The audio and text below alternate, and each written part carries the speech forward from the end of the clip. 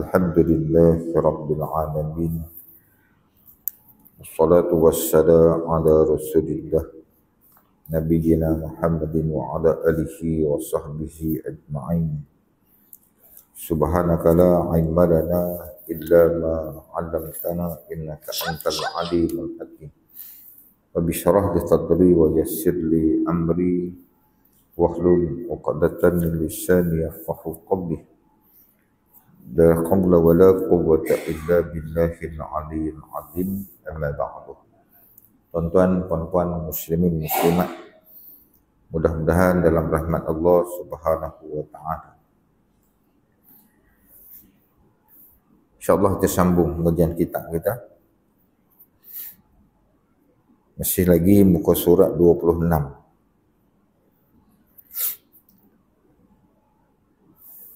Hadis yang ke-13.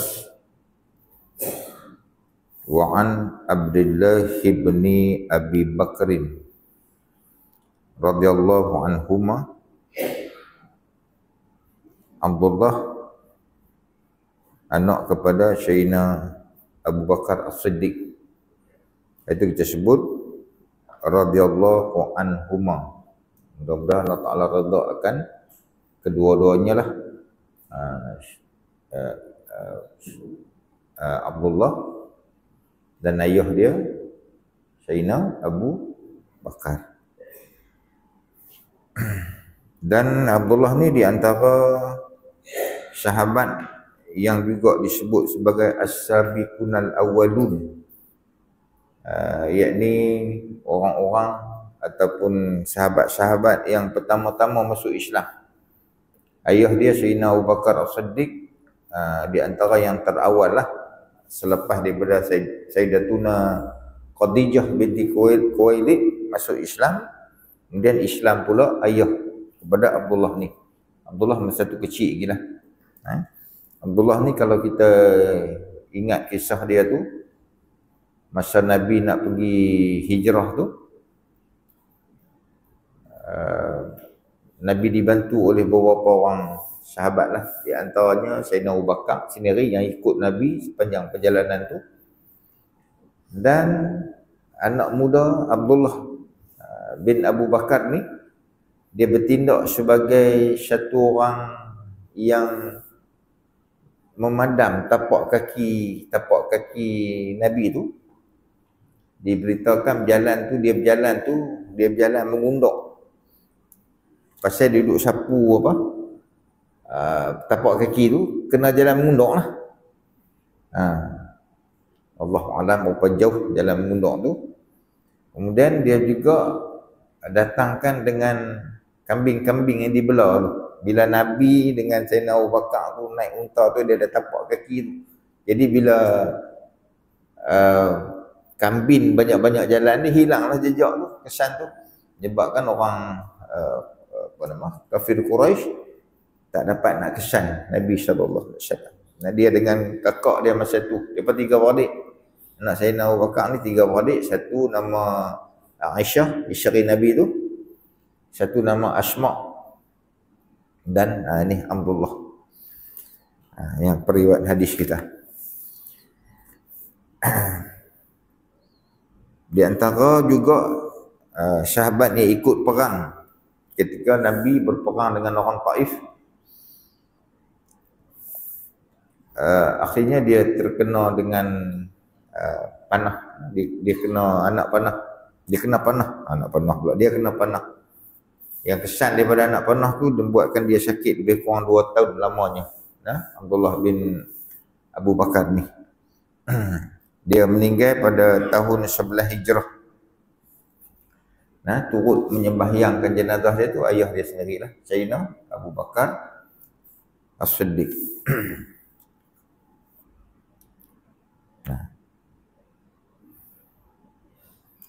Inna fil kitabi inna fil kitabil ladzi katabahu Rasulullah sallallahu alaihi wasallam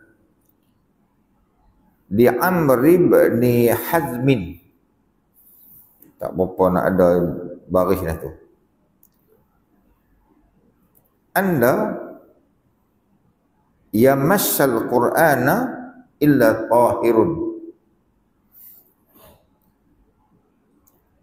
Rawahu malikun mursalan, dia kata. Wa wasalahun Nasa'i wa Ibn Hibban wa huwa ma'lul. Artinya bahwasanya pada kitab yang dituliskan oleh Rasulullah, pada kitab yang dituliskan oleh Rasulullah SAW bagi Amru bin Hazmin, bahawa tidak menyentuh akan Quran melainkan orang yang suci.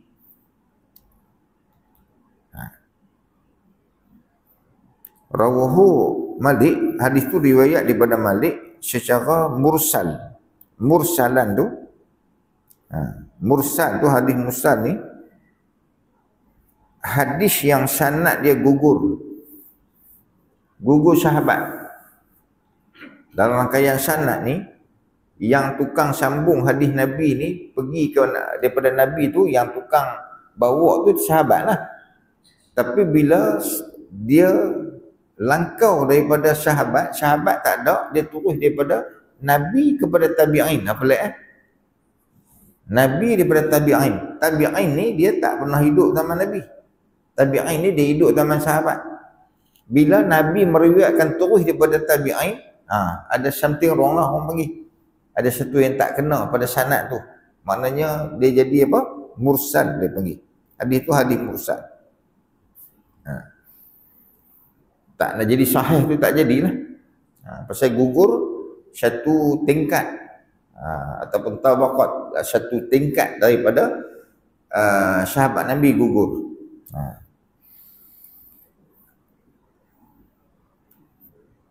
Dan dianggap wa wasalahun Nasa'i, dan dianggap mausul. Mausul ni apa pula? Mausul ni bersambung sanad dia. Imam Nasa'i kata sanad dia bersambung. Mana hadis ni dia ada khilaf di kalangan ulama. Sebahagian kata dia tak sampai kepada Nabi, berhenti sekat tabi'in saja. Sebahagian kata, siapa kata? Imam An-Nasa'i kata hadis ni bersambung sanad dia sampai kepada Nabi sallallahu alaihi wasallam. Wa Ibn Hibban wa huwa ma'lul. Ibn Hibban kata apa? Hadis ni ma'lul. Apa pula dah? Ma'lul ni mana? Hadis ni ada kecacatan dia, ada cacat dia. Dia ada satu yang tersembunyi pada sanad ataupun pada matan dia tu, ada satu yang tak kena. Jadi ulama berkhilaf lah hadis ni dengan masing-masing. Ada yang kata dhaif, ada kata hasan. Ada yang kata hadis ni tak sahih.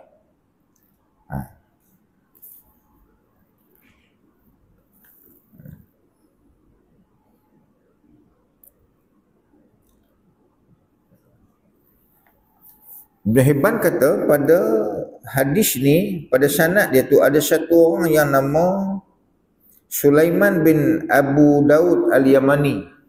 Jadi hadis tu, yang jadi hadis tu, hadis kita panggil ma'lul tadi tu, sebagian ulama dia kata matruk, ma'lul ataupun matruk. Tuan-tuan hangguk lah. Kan? Berasa payah nak tangkap sangat, angguk sudah. Syaitannya faham tak? Tuan-tuan jangan kata tak faham. Tuan-tuan kata faham tau. Tuan-tuan faham tak? Bagus. Kan? Kena pergi mengaji pula ilmu mustalah hadis apa semua tu kan? Panjang cerita pula lah. Jadi yang saya kata ni tuan-tuan hadam sajalah kan? Tuan-tuan telan sajalah. Tukang suruh hafal pun tak suruh hafal.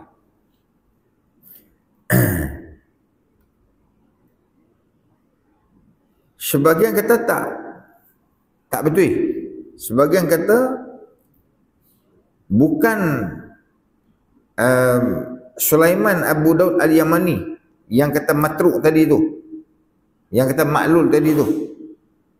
Dia tu adalah bin Sulaiman ibnu Daud al-Qaulani.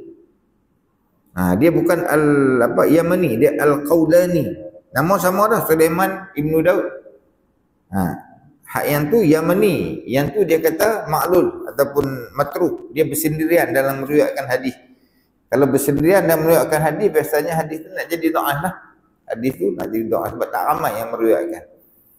Tapi ada pun hadis dhaif tuan-tuan boleh pakai lah. Hadis dhaif untuk fadailul amal, okey, silakan boleh pakai. Sebagian ulama hadis kata Sulaiman ibnu Daud al-Qaulani ni dia ni dinilai sikah oleh sekumpulan ulama hafiz. Tu. Sebagian kata dia ni dipercayai sikah. Jadi ulama berkhilaf tentang perawi-perawi hadis tu. Maksud dia bahawasanya pada kitab yang ditulis oleh Nabi SAW, satu dia panggil apa? Surat lah, bukan kitab, surat. Nabi ada utus surat kepada satu orang, nama dia Amru ibnu Hazmin. Amru ibnu Hazmin. Siapa dia pula ni? Amru ibnu Hazmin ibnu Zaid al-Qadrazi al-Najjari. Bila ada Qadrazi tu, kita fahamlah bahawa sahabat ni dia orang Madinah.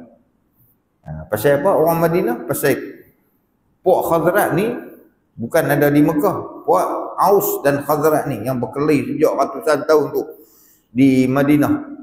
Jadi Amru ibnu Hazmin ni, Ibnu Zaid al-Khadri al-Najjari ni, orang panggil dia Abu Dahak, gelaran dia. Dia pernah mengikuti perang yang pertama yang diikutinya bersama Nabi SAW adalah perang Khandaq. Dan Nabi lantik dia jadi seorang amir di Najran pada umur dia 17 tahun untuk mengajar masalah agama dan Quran kepada penduduk Najran, dan dia juga sebagai pengutip zakat. Amru ibnu Hazmin tadi, Nabi hantar surat dekat dia.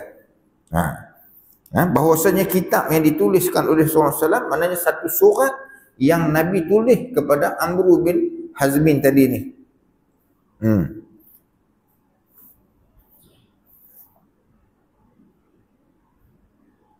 Apa perintah Nabi dalam surat tu? Perintah Nabi adalah supaya tidak menyentuh akan Quran melainkan orang yang suci. Jadi di sini Rasulullah SAW mengatakan illa tahirun tu artinya orang yang suci. Maknanya nak pegang ataupun nak sentuh Quran ni orang yang suci lah. Makna apa? Orang yang ada ayat semayang. Nak pegang Quran orang yang ada ayat semayang. Kan? Kita pun dengar lah kan. Ustaz-ustaz duk main mengajar. Boleh tak kita pegang Quran dalam keadaan kita tak ada ayat semayang? Kan? Tak ada ayat semayang tapi Quran tu jatuh tepi parit umpamanya. Ataupun Quran apalah, Quran duduk tempat yang tak sepatutnya. Kita nak jaga kehormatan Quran tu. Mungkinlah duduk tepi sungai kan, kalau kita pergi nak ambil semayang lagi dia bawa ngayat sungai, maka ketika tu tak apalah kita sentuh tanpa ada wuduk tadi. Maksudnya tak boleh tidak dalam keadaan yang biasa nak sentuh Quran ni wajib kena ada wuduk. Sehingga kan kawang pun tahu kawang. Kawang tahu tak? Kawang. Tahu tak kawang? Bukan kelawang. Kawang. Ya, pencuri. Kawang. Belah kami Kedah panggil kawang, Pulau Pinang pun panggil kawang. Pulau Pinang lagi sakan, jebon tu. Jebon, dia panggil jebon. Dia pun masuk rumah nak curi barang. Dua orang masuk. Nak pakai tu lah kan. Jebon pakai macam jebon tu. Kan Zoro tu. Pakai Zoro tu, masuklah rumah. Lepas tu dia mai kat kawan dia, dia kata, hang curi dulu, aku nak ambil ayat sembahyang tak? Kawan kata, hang alim sangat takkan nak curi pun nak ambil ayat sembahyang kot. Dia kata, tak, tu aku nak ambil tu, nak ambil laptop tu. Ambil sudahlah. Kawan kata, apa kena mengenal ayat sembahyang? Hang tak tengok tu laptop tu ada apa atas dia? Kawan dia tengok, ada Quran. Rupanya kawan pun tahu nak pegang Quran kena kena ada ayat sembahyang. Kan, saya tak mai pembahasan panjang lebar lah nah. Yang kata Quran ni short dia tu. Tu macam Quran ada atas tu. Kan? Kita duduk menyandak kat Quran tu, dekat almari tu. Dalam keadaan kita tak ada wudu. Quran ada atas almari tu, kita pergi syandak, dia short, tak boleh. Kita tengok dalam kitab Sabilal Muhtadin, cukup panjang bahas dia. Kan, ayat sembahyang tak ada, khaitan mayat, berhenti dalam tu khaitan mayat. Kan, kita pun duduk syandak kat khaitan mayat ada tulis tu. Dekat khaitan mayat tu dia ada tulis. Tulis apa? Inna lillah wa inna ilaihi raji'un. Tu ayat Quran tu. Kita tak ada ayat sembahyang, pergi duduk syandak. Sentuh ayat Quran. Panjang lebar bincang. Ada pernah satu insiden jadi dekat kubur. Ada ziarah satu kematian. Jadi keranda tu tutup dengan apa? Dengan kain kan. Dia tulis dekat keranda tu inna lillahi wa inna, kan, dekat bukan kat keranda, dekat kain hak tutup keranda tu. Jadi kawan hak yang kerja driver kereta mayat ni,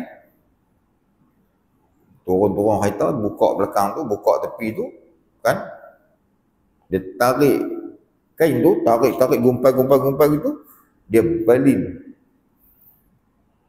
Ada macam parah atas van tu, dia balin terposok celah parah tu. Kebetulan saya ada dalam tu, dapat dia. Kata, hang buat apa? Hang balin apa tadi? Dia kata, balin kain, Ustaz. Hang tak tengok kat kain tu ada apa? Tengok, ada apa? Ada ayat Quran. Hang balin ke tu ya? Kata kat dia. Kan? Nak terima kata mayat pun kena reti ke? Kena mengaji ke? Kan? Kata apa? Driver ni kadang-kadang buat kalut lebih. Kan? Pernah satu tanah kubur duduk marah kat anak-anak tuan rumah tu lah. Pasal dia tanya, ayak mana? Ayak mana? Lepas tanam, ayak mana? Kawan tuan rumah kata, lah lupa nak bawa. Apa ni ayak pun lupa. Marah duk beletak kat kubur. Riuh dah suara. Kan? Sikit-sikit saya nak tanya, apa kena mengena dengan ayak ni? Dah tanam mayat ni wajib kena apa? Apa panggil apa? Jurus apa dia panggil? Jurus tak sedang menyiram. Wajib ke kena siram? Tak, apa tujuan kita siram atas kubur tu? Pasal nak bagi mayat sejuk, bungkus. Kan? Tanah selut pun jerus juga. Tempat-tempat macam tuan-tuan ni banyak tanah merah, kubur. Belah-belah tuan-tuan, belah kami di Taiping tu dia banyak pasir. Tapi belah ni, kampung rumah saya tu nama Kampung Pasir. Depan kem tahanan tu, tu kampung saya lah tu. Nama Kampung Pasir. Nama apa Kampung Pasir. Di sini saya duduk mai ziarah kematian. Depa pakai apa nama tu? Beho tu. Pakai cangkui, dia kata jahanam Ustaz, patah pinggang kawan korek. Kan pasal dia selut jenis selut tu. Kalau selut tu pun nak siram tak? Tak guna. Tujuan yang kita siram tu sekiranya dia pasir yang kalau angin tiup sekali dia terbang habis. Dia terbang habis pasir tu. Jadi tujuan kita siram tu kerana nak bagi apa? Nak bagi mendak mah. Itu tujuan dia. Jadi kalau tak bawa ayak tak ada masalah apa masalah? Tak bawa ayak, dia maki kat orang. Dia marah kat orang pasal apa?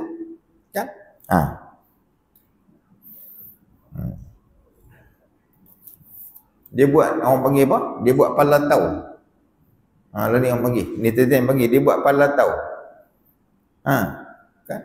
Orang Melayu kita ke, kalau jenis-jenis lagu tu ke, kan? Buat satu perkara tanpa siasat, tanpa apa, tanpa tabayun, tanpa apa, orang Melayu pandai kan tu. Lepas tu buat tiru orang, pandai kan orang Melayu. Pandai. Raya kemarin kan, ustaz mana semua ulas belakang lah kes ni kan. Hak yang buat menari macam katak nak ambil duit raya tu. Apa dia panggil? Menari kaki keluar kaki tu, lepas tu lampat macam katak tu ambil duit raya. Kan? Orang Melayu lah. Paling banyak ibu orang perempuan.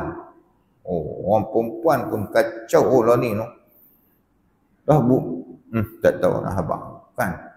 Pakai baju jarang. Main duk lompat-lompat lagu tu. Tok Bilal ni ayat dia dengan gigi palsu jatuh masuk dalam cawan. Tak tengok.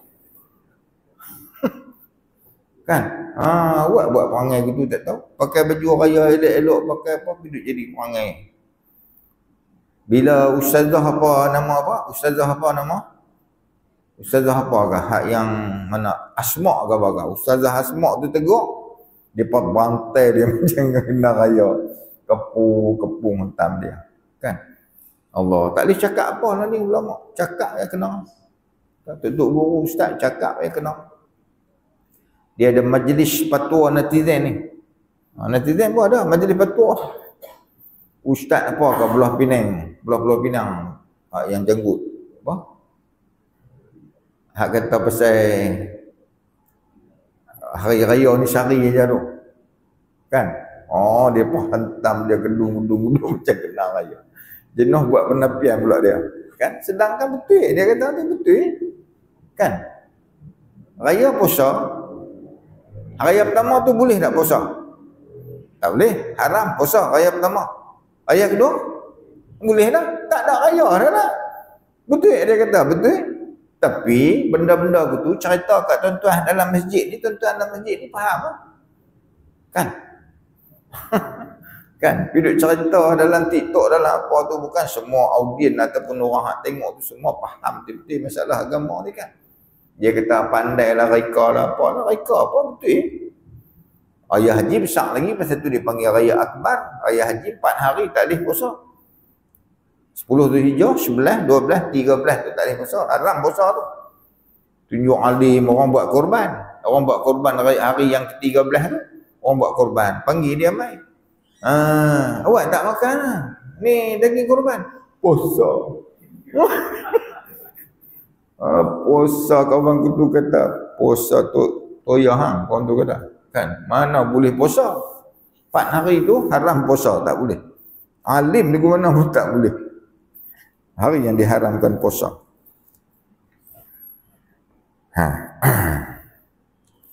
Orang yang suci. Tetapi SAW tidak ada menyatakan suci daripada hadas kecil atau besar dan lain-lainnya.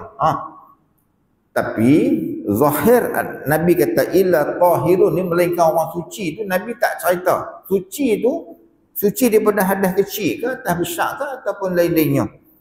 Kerana lapas suci itu mengandung akan beberapa maksud, iaitu suci daripada beberapa hadas dan najis, dan juga suci daripada syirik. Mungkin boleh jadi suci daripada syirik. Kerana Allah Ta'ala telah mengatakan orang musyrik itu najis. Innamal musyrikuna najasun. Allah Ta'ala kata dalam Quran surah At-Taubah, kalau tak salah saya, ayat yang ke-28. Innamal musyriku najasun. Sungguhnya orang musyrik itu, orang kafir tu najis. Allah Ta'ala kata orang kafir tu najis. Orang kafir najis. Jadi bila salam dengan orang kafir kena basuh tangan. Tu pun kena pergi mengaji kat lah kan. Baca tafsir, tengok tafsir ke mana gaya. Kan ulama tafsir kata ke mana. Buka lah kita tafsir pula. Kan? Dalam tafsir dia kata apa? Yang dimaksudkan dengan najis di sini, orang kafir tu bukan najis pada Anggota dia tu. Bukan anggota dia tu najis yang sehingga kalau kita pergi salam dia nak kena pergi basuh tangan. Kalau apa kita pergi bersentuh dengan dia ke jenuh duduk atas bas duduk gerak tu berlega dengan orang bukan Islam balik lagi mandi terus. Pasal apa? Pasal ayat Quran Allah Ta'ala kata orang kafir ni najis. Bukan masuk gitu. Yang najis di sini adalah kata ulama tafsir dia punya akidah dia najis. Orang kafir ni akidah najis, tuan-tuan. Akidah dia najis. Dia tak layak bercakap bab akidah ni, tak boleh. Orang bukan Islam dia tak layak bercakap bab akidah ni. Tambah-tambah nak suruh kita tobat. Mana boleh hang tak layak bercakap bab tu. Hang dulu kena bertobat. Pasal akidah hang tu najis. Siapa kata? Allah kata. Bukan ustaz kata. Tu kan kena faham lah kan. Senang-senang lakum dinukum waliyadin. Agama aku hang jangan campur agama aku pun tak mau campur agama. Kita pun Allah Ta'ala tak bagi. Kita pun Nabi pesan jangan kita hina sembahan orang bukan Islam, jangan hina. Perintah Allah kita tak boleh hina sembahan orang kafir. Kerana apa? Kerana satgi dia akan menghina sembahan kita pula. Tak mau hang agama aku. Jangan nak sentuh bab-bab tu kan. Isu tu kan. Lalu ni dipanggil apa? 3R apakah? Tak boleh sentuh benda tu.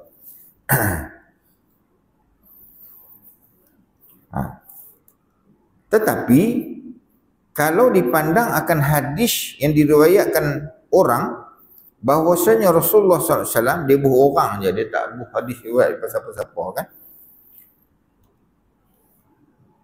Bahwasanya Rasulullah SAW melarang bahawa dibawa Quran itu ke bumi adu buh baris kalau ada kita. Bumi adu yakni bumi kafir, bumi musuh. Jangan bawa. Kita tahu dah bumi tu negara tu memang bukan negara Islam. Dia tak suruh kita pergi bawa Quran pula pergi masuk Quran dalam negara mereka. Sebab apa? Pasal lagi mereka akan pegang tentu Quran tu sedangkan mereka tak layak nak pegang tentu Quran. Maka teranglah yang dimaksudkan dengan suci di sini ialah orang mukmin. Tak boleh sentuh melainkan Quran ni sentuh orang mukmin saja yang boleh sentuh. Orang mukmin ni mana? Orang Islam yang beriman kepada Allah Subhanahu wa Ta'ala. Karena dilarang membawa Quran ke tanah adu, yakni ke tanah orang kafir. Sikit you know. Berapa masuk? 36. Wa an Aisyah radhiyallahu anha qalat kana Rasulullah sallallahu alaihi wasallam yadhkurullah ala kulli ahyanihi. Rawahu Muslim wa 'allaqahu al-Bukhari. Riwayat daripada Imam Muslim wa 'allaqahu dinilai mu'allaq. Hadis ni hadis mu'allaq oleh Imam Al-Bukhari. Mu'allaq ni apa pula?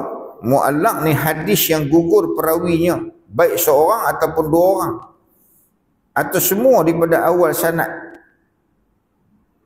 Hadis mu'allaq ni mana hadis yang gugur perawi.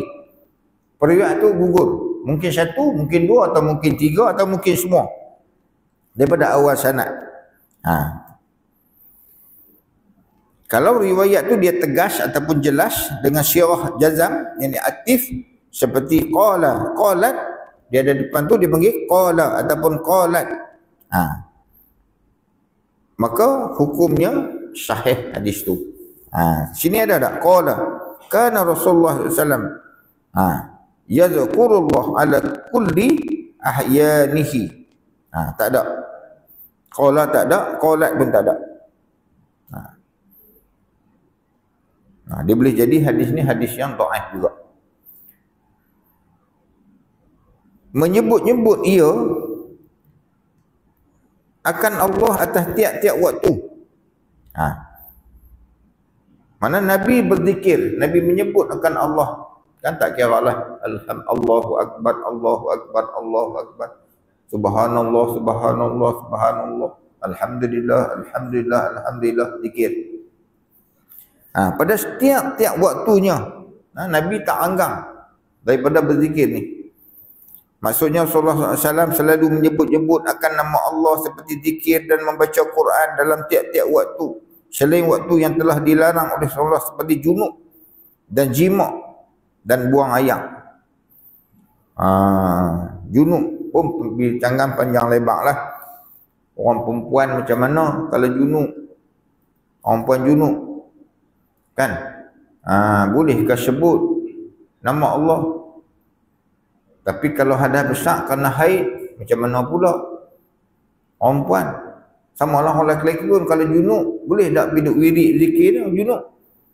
Tak boleh kan? Pasal apa? Pasal junub ni terangkat dengan mandi je. Bila hadas besar, pergi mandi. Bila mandi dah suci balik, sebutlah nama Allah. Tapi kalau orang perempuan, hak jenis haid ni, hak jenis seminggu tak apa. Kalau jenis orang perempuan 2 minggu baru kering haid. Kacau suami, muka merah. Pasal tu dalam bab kita meminang orang perempuan ni, orang perempuan tu dia seboleh-bolehnya dia kena cerita dekat bakal suami dia tu haid dia berapa hari. Dan suami boleh tanya, ni nak tanya sikit ni. Wahai cik adik yang manis. Bakal isteri kan? Boleh. Orang lelaki boleh tengok isteri ni yang nak dijadikan isteri dengan syarat dia memang betul-betul nak jadikan isteri. Jangan nak main-main. Dia betul-betul nak jadikan isteri, maka dia harus melihat kepada muka dan 2 tapak tangan depan belakang bagi isteri tu. Nak tengok muka, tengok. Ataupun dia kata muka pasal pakai benda tu, tengok jik mata boleh. Tak apa, tengok tangan. Dia duduk belik tirai ke dengan mahram dia kan? Dia suruh tangan celah tirai tu. Jadi lelaki tu boleh tengok tangan depan belakang. Biasanya dengan tengok tangan ni, kita dah boleh teka dah dia ni perempuan jenis macam mana. Tengok tangan tu dia macam ubi kemili tu. Botok-botok macam ubi kemili tu. Mak tak mau, ni makan beras ni sekali makan segantang apa. Jenuh saya nak beli beras esok mak, kan? Tak jadi. Kan? Boleh. Dan orang perempuan pun yang betul-betul yang lelaki ni nak menjadikan dia isteri, harus dia tengok pula barang di antara pusat dengan lutut suami tu. Bakal suami tu. Suruh dia pakai kain pelekat je. Angkat naik sikit. Angkat tangan, tengok. Buat gitu. Boleh. Buat gitu. Nak tengok ni apa? Apa ni baik? Ni? Ni apa dia ni? Muscle. Nak tengok ni muscle ada tak? Kalau muscle pun tak ada, teori malas kerja ni mak. Angkat gitu tengok. Nak tengok bulu ketiak panjang tak? Tengok bulu ketiak daripada sini sampai sini. Tu dia mak pengotok nak boleh? Pusing belakang tengok. Nak tengok ada panau tak songkla. Tapi budak-budak lah lagi advance, tak menikah lagi pun, tak tunang lagi pun, tengok semua dah. Dah. Budak lah nikah, kan nak tengok apa lagi, dia kata ayah dia tengok selalu dah. Kami duk buat kursus perkahwinan hari tu kan. Buat kursus perkahwinan. Depa main nak kursus perkahwinan tu. Dua orang naik motor, dua orang. Naik motor RZ tu. Hak lelaki duduk atas tangki minyak. Hak yang perempuan ni tunang dia duduk atas tempat lelaki tu. Belakang ni mak ayah, mak mentua, bak mentua boleh naik lagi 3-4 orang. Mari berhenti depan tempat kursus tu. Berek tu kan, orang perempuan tu lompat pergi. Masuk kursus, bagi kertas lah seorang selai. Orang perempuan bagi kertas, jantan bagi kertas. Senaraikan suami idaman dekat perempuan. Hak lelaki senaraikan isteri idaman. Nombor 1 suami tulis, bakal suami tulis. Nombor 1 perempuan yang beriman. Hak lelaki tulis, hak yang perempuan tulis. Nombor 1, suami yang beriman. Sat lagi, habis khusus naik motor balik, mangkat tayar depan. Tu iman kat mana tu? Kan? Tu orang panggil apa? Retorik. Retorik belaka, berpura-pura ya belaka. Kalau junub tak boleh zikir. Kalau junub kerana jimak tadi tu, tak boleh zikir lah. Sebab apa? Sebab pergi mandi je lah. Sekejap. Tapi bagi orang perempuan yang junub kerana haid, yang hadas besar kerana haid, umpamanya apa lagi? Haid lagi? Apa lagi orang buat? Nipah. Kan kena haid 2 minggu tu. Takkan tak baca Quran? Di sini ulama berkhilaf. Ada yang kata boleh baca, ada yang kata tak boleh baca. Kalau nak baca boleh, tapi niat zikir. Lepas tu tak usahlah keluar suara, bergerak-gerak dia punya bibir saja dibenarkan. Suara tak boleh keluar.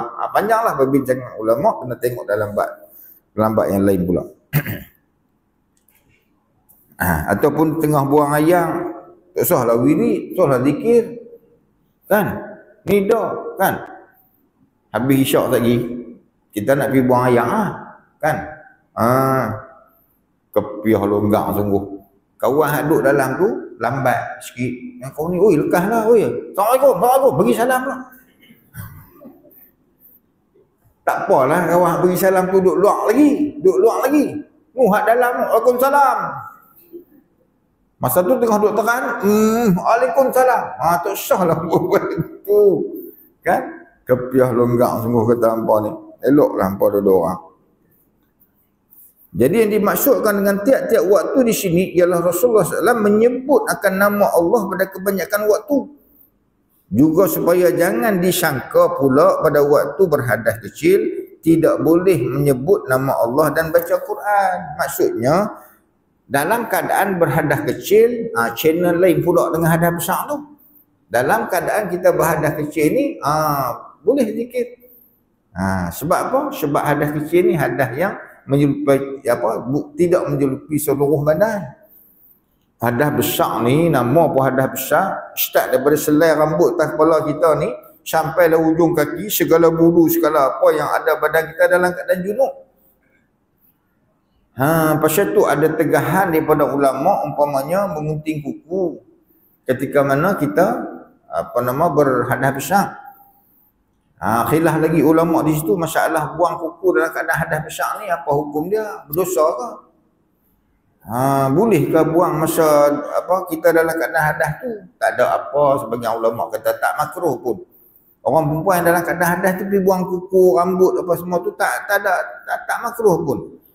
Cumanya ada sebagian ulama kata berdasarkan hadis, esok ni kuku kulit yang kita tanggalkan dalam keadaan kita junub tu, dia akan mai mendapatkan kita di akhirat esok, mendakwa kita. Pasal apa aku dibuang dalam keadaan junub? Maknanya untuk kita panggil langkah ihtiyat, jaga-jaga. Kalau kita junub, walaupun kita hadas kecil, mau cantik sekali, kita nak gunting kuku ke apakah, ambil uduk dulu. Ambil ayat semayang, maknanya anggota kita yang nak cerai daripada badan kita tu, dia juga dalam keadaan yang suci. Dia bukan dalam keadaan yang hadas, walaupun hadas kecil. Mau cantiknya macam tu. Tapi kalau buang dalam keadaan tu, adakah jadi kesalahan? Tak ada apa pun. Sebagian ulama kata habis kuat pun kena makruh. Habis kuat pun kena makruh. Dia tak jadi haram lah. Kan? Orang perempuan kan tak payahlah bila nak mandi hadas esok ni bawa terangkat samak punya tu. Kan masuk bilik ayam tik duk cari pula mana kuku aku, mana rambut aku, apa semua tu. Tak perlu sampai berangkat macam tu. Wallahu a'lam bishawab.